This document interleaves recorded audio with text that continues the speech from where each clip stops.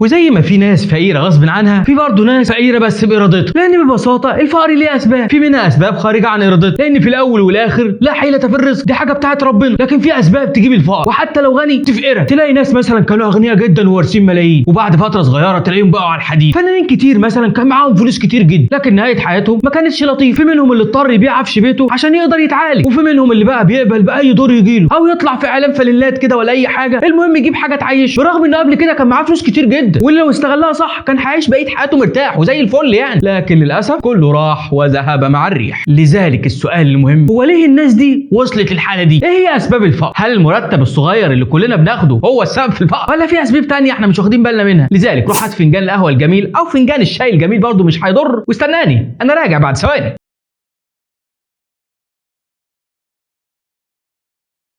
حلقتنا النهارده هي الفلوس بتروح فين يا جماعه؟ ليه الفلوس بتروح معلش بتيجي؟ زمان كنا بنقول الفلوس بتروح وتيجي، دلوقتي بقت بتروح بس. النهارده بقى عايزين نعرف هي راحت فين. في البدايه طبعا ما تنساش تعمل لايك وتعمل كومنت وتعمل شير، عشان خاطر انا وبدور على الفلوس ابقى مطمن ان في ناس بتتابع القناه، فما اروحش ادور وانتوا سايبيني كده. فمعلش اشتركوا في القناه وفعلوا الجرس يعني. يلا بينا نروح ندور. في البدايه كده خليني اقول لك ان اي دخل بيدخل لك بيروح في حاجتين اتنين ما لهمش تاني. اول حاجه الاحتياجات، حاجات ضروريه واساسيه مفيش فينا حد يقدر يستغنى عنها. الحاجات دي بقى يا سيدي هي اللي بتاخد كل الدخل بتاعنا وكل المرتب بتاعنا، وساعات بنستلف كمان من بره. خد عندك يا سيدي ايجار، على مصاريف مدارس، فواتير كهرباء وميه ونت وموبايل، على كشوفات وعلاج واكل وشرب وليله كبيره قوي سعادتك. ده غير طبعا لو بتساعد حد كده من والدك او والدتك. كل الحاجات دي بقى عباره عن طوق في رقبتك يستحيل تكسره. تاني حاجه بقى بيروح عليها المرتب بتاعك الرفاهيات والرغبات، حاجات كده بتحبها ونفسك فيه، تحلم كده تجيبها بس مش ضروريه، الحياه من غيرها هتستمر بدون مشاكل يعني. لكن للاسف الايام دي حتى الاحتياجات بتاعتنا مش قادرين نوفي بيها. ربنا يعيننا يا جماعه. نرجع لحلقتنا تاني يا جماعه، ملوش لازمه الكلام. اغلب الناس بقى يا سيدي اللي بيتبقى من مرتب بعد الاحتياجات على طول بدون تفكير ينط في الرغبات. ما انا بشر برضه يا جماعه وكده نفسي اتدلع شويه يعني. في الحاله دي يا سيدي مش هيفرق مرتبك لو كان 10000 ولا 50000، كلها محصله بعض، لان في كل الاحوال اللي هيتبقى هيروح لركن الدلع. بس خلي بالك ان في شعره صغيره جدا بين الرغبات وبين الاحتياجات. في مثلا ميكروباص او مشروع بالاسكندراني ممكن يأدي الغرض والدنيا تمشي، صاحبي تتهربد كده ويطلع عينك وبتتخنق من ريحه العرق اللي حواليك. ده غير طبعا المطبات، واللي انت فجاه ممكن تلاقي نفسك راشق في الدركسيون عند السواق. انا اللي جابني هنا يا جماعه، هو في مطب جابك هنا، بس مش مشكله يعني، وانا عايش على طول مخلد في الدنيا ده بقى 50 60 سنه يعني، فنتحمل الموضوع ده، خليهم يعدوا على خير يا جماعه. لكن لا، انا كده اتصل باوبر اخد تاكسي يعني، ادلع نفسي شويه. ويا سلام بقى لو انت كده قابض اول الشهر، تعرف الموظف اللي قابض اول الشهر تعرفه على طول كده، تلاقيه دايما كده واخد الكرسيين اللي قدام مع السواق، باين عليه العز يا جماعه، باشا قاعد صحيح. بقيه الشهر طبعا بيكمل كده رابع ورا في الكنبه اللي في الاخر، بس الحمد لله برضه ماشيه مش مشكله يعني. مروحه مثلا ممكن تمشي الدنيا، لكن لا انا جبت تكييف، صح فاتوره الكهرباء هتولع في اخر الشهر بس انا جبت تكييف. في 2016 انا تكين استاذه في كليه هارفارد للاعمال تقول ان اغلب الناس لما يجوا يشتروا حاجه كده مش مهمه وعايزين يلاقوا مبرر كده للحاجه دي بحيث يقنعوا نفسهم كده ان الحاجه دي والله كانت مهمه، بيستخدموا حاجه كده اسمها الفانكشنال الالايز او الاعذار الوظيفيه. تلاقي نفسك مثلا كده اشتريت حاجه بتحبها، بس على الناحيه الثانيه تلاقي ضميرك بيأنبك عشان انت صرفت اخر 200 جنيه معاه، فانت بتبقى عايز تنيم ابن الصرمه ده اللي عمال يأنب فيك وينكد عليك، فتقعد كده تدور على مبرر كده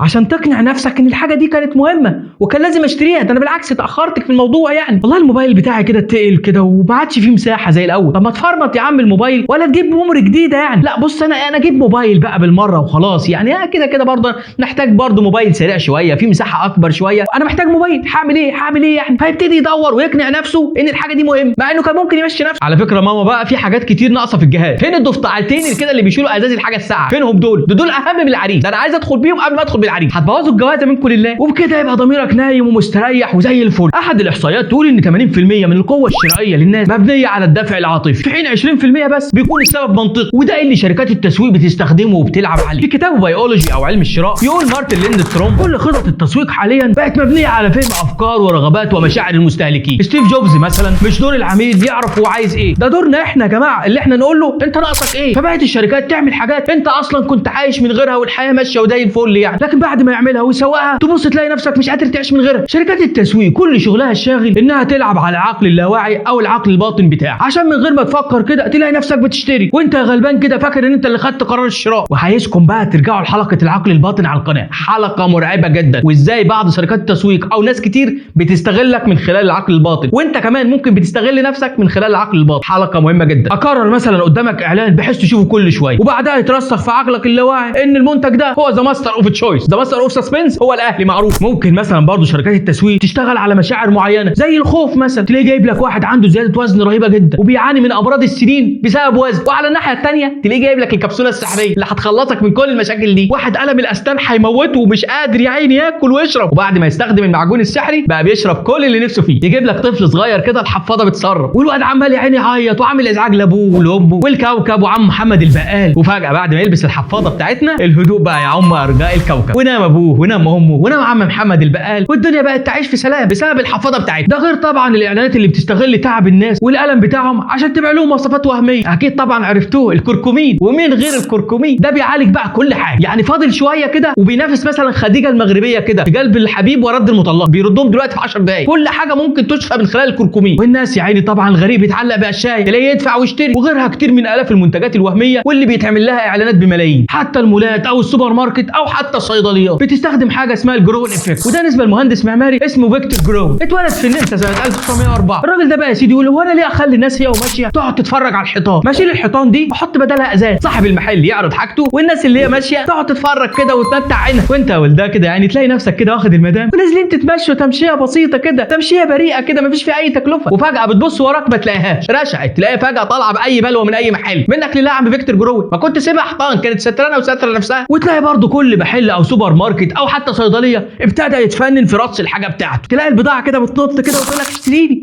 اشتريني، بص انا معروضه بشكل حلو ازاي، تحس انها ملكه جمال يعني. تلاقي نفسك مثلا كده داخل السوبر ماركت عشان تشتري حته جبنه كده لذيذه كده ب 20 30 جنيه، واثناء الراجل كده قاعد يوزلك في الجبنه انت قاعد بتتفرج بقى على الحاجات المرصوصه دي، وتمد ايدك وتاخد من هنا وتمد ايدك وتاخد من هنا وتمد ايدك وتاخد من هنا، وفجاه تلاقي نفسك عايز عربيه نص نقل تروحها. حتى عم محمد بتاع الكشك يستحيل تاخد منه باقي، كانها فلوس حرام يعني. اشتريت حاجه مثلا ب 6 جنيه وفضل 4 جنيه يقول لك والله ما فيش فكه، خد باي حاجه من الحاجات اللي قدامك. حتى الصيدليه يا جماعه بقت بتديك بالباقي كتفان، وكأن ده البرشام اللي انت بتحبه يعني. الواحد خلاص بقى عنده شوال كتفان جوه، فاضل شويه واخد الشوال ده واروح لهم اقول لهم خلاص بقى مش دي العمله بتاعتكم اللي بتتعاملوا بيها، خد بقى اديني الشامبو ب 100 كتفانه مثلا. حاجه بقت يعني سبحان الله استغلال، تحس فلوس حرام مش عايزه ترجع. يا جماعه انا عايز الباقي بتاعي، ايوه عايز الجنيه ده، انا عايز نص جنيه ده، لا خد حقك كتفان. حتى وسائل التواصل الاجتماعي او السوشيال ما سابتناش في حل، ودخلنا في الاونلاين ماركتنج. تلاقي نفسك كده واقف مع واحد صاحبك كده وبتحكي له عن المشط كده اللي طالع جديد ده وبينعم الشعر كده ويظبطه، والله ده حموكش انا نفسي اجيب المشط ده والله العظيم، المشط ده عاجبني جدا بصراحه. وفجاه كده بتبص على الفيس تلاقي كل الاعلانات والبوستات اللي موجوده قدامك بتتكلم عن المشط السحري، ما تعرفش بقى هم كانوا بيتجسسوا عليك ولا حموكشه مثلا قريب مارك مثلا ولا مشاركه في الفيسبوك، ما تعرفش ايه اللي حصل بالظبط. احصائيه في 2021 ان حجم التعامل في التسويق الالكتروني وصل ل 5 تريليون دولار مقابل 1.3 بس في 2014، لدرجه ان مكتب العمل الامريكي طلع احصائيه متوقع ان في 2026 يقفل 75,000 محل بسبب اتجاههم للتسويق الالكتروني. انا ايه اللي يخليني افتح محل لما ممكن ابيع بضاعتي اونلاين؟ ده بالعكس هوفر مصاريف كتير جدا. كل الحاجات دي بقى يا سيدي بتستنزف مرتبك او الدخل بتاعك لو ما خدتش بالك منها وركزت معاها، ويبقى قدامك حلين ما لهمش تاني، انك تزود دخلك باي طريقه تانيه مثلا او تقلل مصروفاتك على قد ما تقدر. ونيجي للحل الثاني الا وهو كلفني شكرا، حل مدمر، دايره مفرغه من الديون والقروض بتدخلها وغالبا ما بتخرجش منها غير على السجن. تلاقي البنك مثلا كده حبب لك فكره الاقتراض، بيقول لك تعالى كده اقترض، افتح المشروع اللي نفسك فيه، اشتري العربيه اللي بتحلم بيها، وما تقلقش والله انا هساعدك في السداد وهقسط لك كده واظبط لك الدنيا وهتبقى اخر تمام يعني. وحتى يا سيدي لو تعثرت انا همد لك الموضوع شويه، هزود بس سنه بسيطه في الفوائد بس، ما تقلقش يلا تعالى امضي بقى عشان تاخد الفلوس ولا ايه؟ فلوس بتتعدى ايه قدامك ايه؟ يلا. ويا عيني في النهايه بدل ما بتحلم تركب المرسيدس دي بتلاقي نفسك راكب المرسيدس دي. الديون مش بس انها بتفقرك وتدخلك السجن، لكن دي بتجيب لك امراض السنين طول الليل طبعا يا عيني شايل الهم، على راي احمد شيبه اللي له قرش ما بينامش، ما بالك بقى باللي عليه. فتخيل بقى الدين اللي عليك، فقبح الله الدين هم بالليل ومذله بالنهار. فحاول تبعد عن موضوع الديون ده على قد ما تقدر. بس انا برضو نفسي كده اجيب العربيه اللي بحبها، نفسي اعيش عيشه الاغنياء كده يعني. يؤسفني يا عزيزي المضحوك عليه ان اقول لك ان كل اللي بتشوفه في الافلام والمسلسلات ده غالبا ملوش اي علاقه بحياه الاغنياء، لان الاغنياء الحقيقيين اللي تعبوا وشقيوا عشان يجيبوا القرش عارفين بالظبط كل قرش جاي منين وهيروح فين بالظبط. لذلك يعني اغلبيه الاغنياء تلاقيهم بخله جدا. شركه رامسي سوليوشن في امريكا عملت دراسه بعنوان ذا ناشونال ستادي اوف مليونير او الدراسه القوميه للمليونير. في الدراسه دي درست السلوك الشرائي ل 10 مليون مليونير عشان تعرف الناس دي بتشتري ايه مقارنه بالناس العاديين. لقيت الناس العاديه لما بيروحوا السوبر ماركت بيصرفوا حوالي 640 دولار، في حين الناس الاغنياء دول كان متوسط التسوق ليهم 412 دولار بس. في كتابه ذا مليونير ليست دور يقول عمنا توماس ستانلي ان فقط 23% من الاغنياء في امريكا بيركبوا عربيات موديل السنه دي، و37% بيركبوا اصلا عربيات مشترينها مستعمله. الفرق الكبير بين الغني وبين الفقير هو فن اداره المال، هو العقليه اللي بتدير المال ده. لذلك الفقير في تفكيره المالي لو عطيته مليارات وملايين هيضيعها، لكن الغني لو عطيته حاجه بسيطه جدا يبدا بيها. هحكي لكم برضو قصه بسيطه جدا كده من الهجره النبويه، قصه مستفاده جميله جدا. كل الصحابه طبعا لما هاجروا معاهم النبي صلى الله عليه وسلم الى المدينه حصل يا اخي بين المهاجرين والانصار. يعني المهاجرين كده مع الانصار قسموا الحاجات ما بينهم ما عدا سيدنا عثمان، لان هو اصلا كان تاجر ورجل اعمال. قال لا وروني بس فين مكان السوق، انا مش عايز اكتر من كده. وللاسف في المدارس علمونا كل حاجه ما عدا فن اداره المال. لذلك مثل بريطاني شهير يقول الجد تاجر والابن مليونير والحفيد متسول، لان غالبا الحفيد ده ما تعبش في القرش اللي شيء فيه الجد والاب، عشان كده بيضيعه بمنتهى السهوله. لذلك تلاقي ثروات كتير جدا اتعملت زمان لكن ضاعت على ايد الجيل الثاني او الجيل الثالث. اول ما الواحد كده ابوه يموت وما تعبش في القرش، اول حاجه يفكر فيها يروح يجدد العربيه، يشتري فيلا، يشتري شقه جديده، المهم يضيع الفلوس دي. في النهايه الفقر من الحاجات السيئه جدا، يقول عنه ربنا في كتابه العزيز الشيطان يعدكم الفقر ويأمركم بالفحشاء والله يعدكم مغفرة منه وفضلا والله واسع عليم. الإسلام لا يشجع على الفقر. ف5 من 10 المبشرين بالجنة كانوا أغنياء، كانوا رجال أعمال.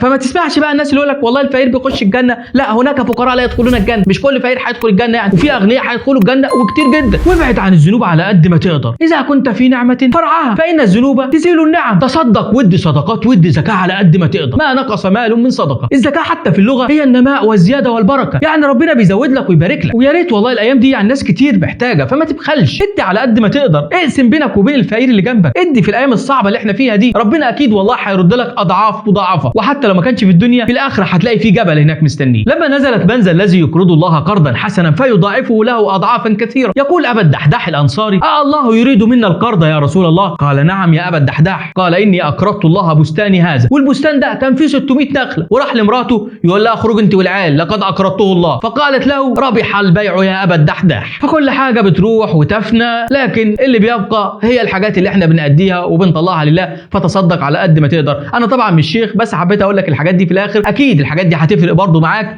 بجانب السعي والاجتهاد والاستمراريه. اوعى تفكر لو نزل مؤمن ونزل كافر البحر اللي بيعرف يعوم هو اللي هينجو، دي ملهاش اي علاقه باللي انا بقوله ده، دي حاجات عشان خاطر ربنا يوفقك، حتى لو ما لقيتهاش في الدنيا هتلاقيها في الاخر. وبس كده انا خلصت. سلام عليكم. لا ثانيه واحده، ثانيه انا قايل لففني كده، لا رجعوني، لا رجعوني يا جماعه رجعوني. انت حطيت لايك وكومنت واشتركت في القناه ولا ايه اللي حصل؟ انا لفيت وشي كده ما شفتش حد بيعمل حاجه. ايه رحتوا فين؟ اعمل لايك، مش معنى ان انا لفيت تمشي، انت لسه ما خلصتش، انت لسه الحلقه ما خلصتش. سلام عليكم. سلام عليكم. انا شايفك اهو، شايفك. عمل اشتراك تمام وفعل الجرس. شكرا سلام.